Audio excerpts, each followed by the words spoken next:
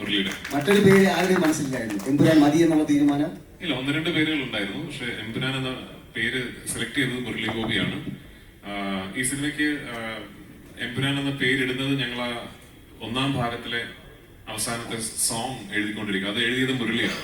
ആ സോങ് എഴുതി തുടങ്ങുന്നതിന് തൊട്ട് മുമ്പാണ് ഇതാണ് അടുത്ത സിനിമയുടെ പേര് എന്ന് മനസ്സിൽ വിളിച്ചത്. മുരളിയുടെ പേര്. എമ്പുരാൻ ട്രെയിലർ കണ്ട സാഹചര്യത്തില് മലയാള പ്രേക്ഷകർക്ക് എല്ലാവർക്കും രോമാഞ്ചം അന്നു മുതൽ തുടങ്ങിയാണ്. പിന്നീട് ഓരോ ദിവസം കഴിയാൻ തോറും എന്താണ് എക്സൈറ്റ്മെന്റ് ഇങ്ങനെ വന്നുകൊണ്ടേയിരിക്കുകയായിരുന്നു. അതിങ്ങനെ പല സിറ്റികളിൽ ഇങ്ങനെ തരംഗം നമ്മളെ കാട്ടി നെഞ്ചിലേറ്റുന്നത് ഒരു ഇന്ത്യൻ പ്രേക്ഷകരാണെന്ന് അറിഞ്ഞപ്പോൾ അത് ഭയങ്കര ഒരു സന്തോഷം. നമുക്കുണ്ട് ഒരു KGF, നമുക്കുണ്ട് ഒരു ബാഹുബലി എന്നൊരു ഫീൽ ഉണ്ട്. അപ്പം അത് കഴിഞ്ഞ് നമ്മളൊരു 7 വർഷം ബാക്കിലേക്ക് ചിന്തിച്ച് നോക്കി കഴിഞ്ഞാൽ ലൂസിഫർ ഈ മഞ്ചേരി നേരത്തെ പറഞ്ഞ ലൂസിഫർ അനൗൺസ് ചെയ്യുന്ന സാഹചര്യത്തിൽ പൃഥ്വിരാജ് ലാലേട്ടനെ വെച്ച് ഒരു സിനിമ ചെയ്യുന്നു എന്ന് ഒരു ന്യൂസ്. അതൊക്കെ ലൂസിഫർ ഇറങ്ങി, അത് ബ്ലോക്ക് ബസ്റ്റർ ആകും, അറിയാം, പൃഥ്വിക്ക് പരിപാടി അറിയാം എന്നൊരു സാഹചര്യം എല്ലാവർക്കും അറിയുന്നതാണ്. അപ്പം അത് കഴിഞ്ഞ് ഓക്കെ, അത് കഴിഞ്ഞ് ഫ്രാഞ്ചൈസിയാണ്. ഇപ്പൊ നേരത്തെ ലാലേട്ടൻ പറഞ്ഞ പോലെ ഇതൊക്കെ ഒരു ന്യൂകമർ ഡയറക്ടറിന് എന്ത് ധൈര്യത്തിലാണ് ഈ ഒരു ന്യൂകമർ ഡയറക്ടർ ഇത്രയും 3 സിനിമകളുമായിട്ട് വലിയൊരു സ്വപ്നമായിട്ട് ഇറങ്ങിയത്. അത് മലയാളം എന്നൊരു ഇൻഡസ്ട്രിയിൽ നിന്നിട്ട് ആ ന്യൂകമർ ഡയറക്ടർ 100-ലധികം സിനിമയിൽ അഭിനയിച്ചതിന് ശേഷമാണ്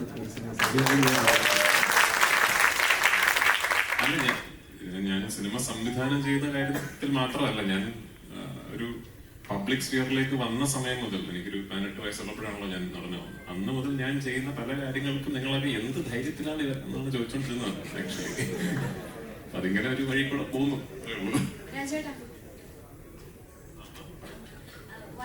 വൈറൽ വീഡിയോയെ പറ്റി സംസാരിക്കുമ്പോൾ ചിരിയോടുകൂടി പറയുന്നു, ഞാൻ ഇതുവരെ സക്സസിൽ എത്തിയിട്ടില്ല, ഞാൻ കണ്ട ഡ്രീമിലേക്ക് എത്തിയിട്ടില്ല എന്ന് പറയുന്നു.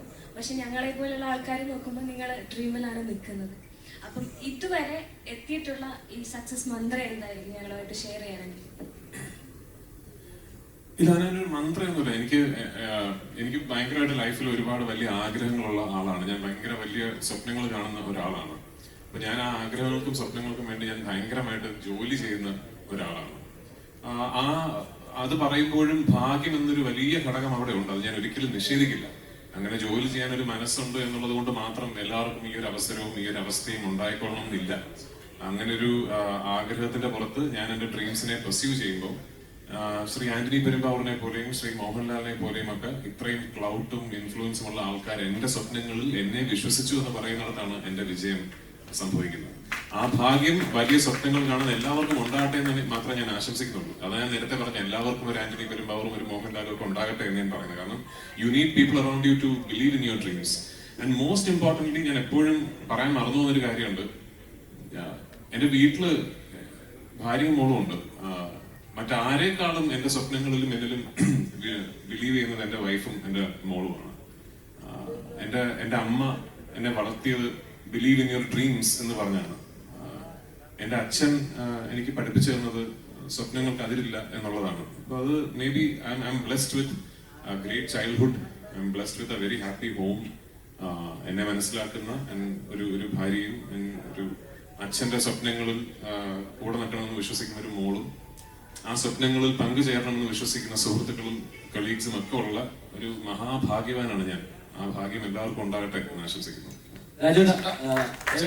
ഒരു സംശയം, അതായത് ഈ ലൂസിഫർ റിലീസായ സമയത്ത് അതേപോലെ തന്നെ ഹിറ്റായ ഒരു പദം വരുന്നു, ഇലുമിനാറ്റി എന്ന് പറയുന്നു പദം. അപ്പോ ഈ ഇലുമിനാറ്റി അതിനൊക്കെ മുമ്പേ വളരെ ഹിറ്റാണ് ആക്ച്വലി. പക്ഷെ ലൂസിഫറിലാണ് ഇതിയുടെ ഹിറ്റ് ആവുന്നത്. പക്ഷെ പ്രത്യക്ഷമായിട്ട് അതിലൊന്നും പറയുന്നുമില്ല, പരോക്ഷമായിട്ട് പലതും കാണിക്കുന്നുണ്ട്. റോസ്റ്റൽ ഫാമിലിയും ഒപ്പം തന്നെ ആ നമ്പറും എല്ലാം. ഈ എമ്പുരാനില് അങ്ങനെ ഉണ്ടാവുമോ?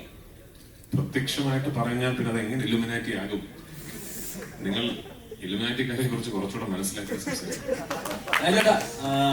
ആദ്യമായിട്ട് ഒരു മലയാള സിനിമ IMAX ഫോമാറ്റിൽ നമുക്ക് കാണാൻ പറ്റുന്നത്.